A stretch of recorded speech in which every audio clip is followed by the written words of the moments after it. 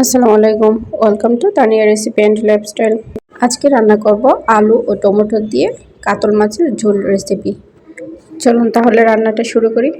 আমি একটি পাতিলে কিছু আলু সিদ্ধ করে নেব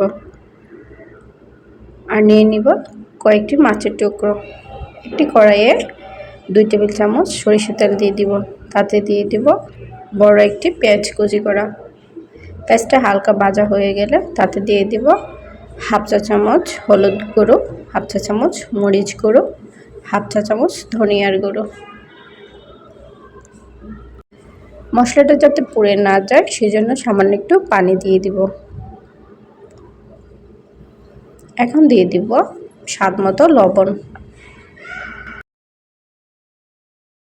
এখন একটি ঢাকনা দিয়ে দিব মশলাটা ভালো করে কষানোর জন্য।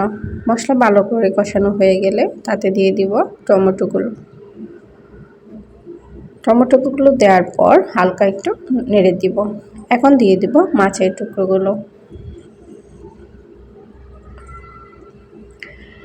মাছগুলো ভালো করে মশলার সাথে মিশিয়ে নিব।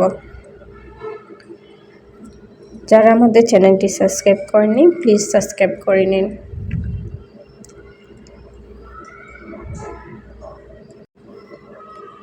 এখন একটি ঢাকনা দিয়ে দিব মাছগুলো ভালো করে কষানোর জন্য।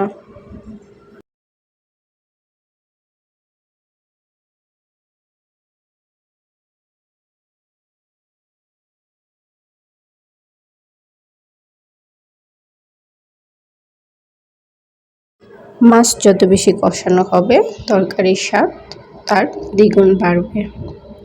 তাই চেষ্টা করবেন সব সময় মাছগুলো ভালো করে কষানোর জন্য। এখন দিয়ে দিব হালকা ভেঙে রাখা আলুগুলো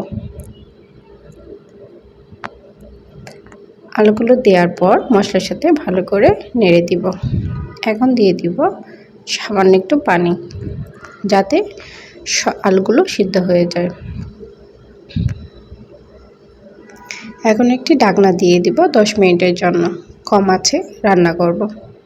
আর দিয়ে দিব কয়েকটি কাঁচামরিচ। এখন একটি ঢাকনা দিয়ে দিব।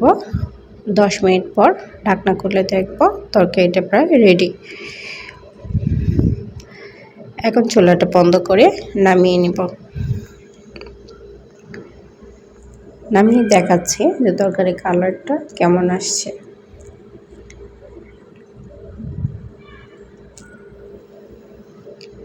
এখন সার্ভ করছি।